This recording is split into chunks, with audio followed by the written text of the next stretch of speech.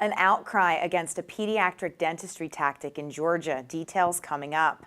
Hi, I'm Allie Cook for the Dental News Network. Today is July 15th, 2015, and this is your Wednesday Watch.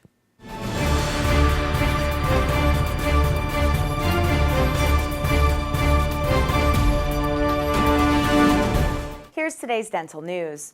A dental practice in Georgia has been getting national attention for the use of a papoose board used to restrain uncooperative children during dental visits.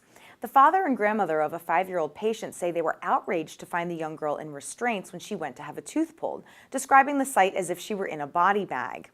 The office manager at the practice told ABC News that every parent signs a consent form prior to treatment and that they are allowed to stay with the child if they'd like.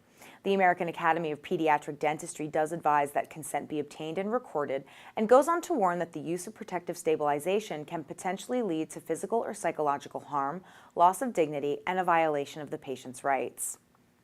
Engineers at the University of Florida have developed a smart mouth guard that can detect when patients grind their teeth, and it can issue warnings to stop and even let the person's dentist know that there is a problem. The device has a sensor that detects the vibrations of teeth grinding, and a Bluetooth radio in the mouth guard can pair with a smartphone so that readings can be reviewed later after the warning alarms are sounded. Researchers hope to expand its capabilities to measure body temperature, levels of hydration, as well as to detect potential concussions. Coming up, dental tourism continues to be a trend for Americans.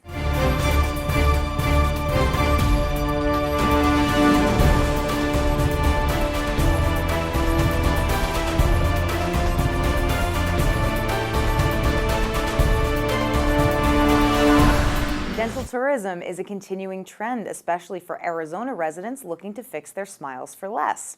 One doctor practices in Mexico 1 block from the Arizona border and estimates that 90% of his patients are Americans who can't afford the care that they need.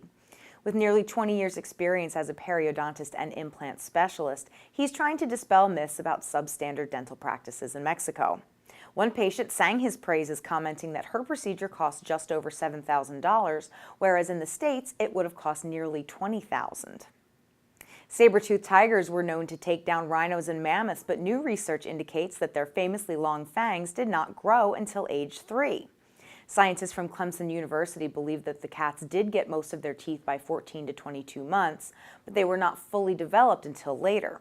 And once they started growing, the teeth may have grown up to 6 millimeters a month, which is twice as fast as today's big cat's teeth grow. Thanks for checking out the Wednesday Watch. We'll see you next week with more from DNN and Dentistry Today.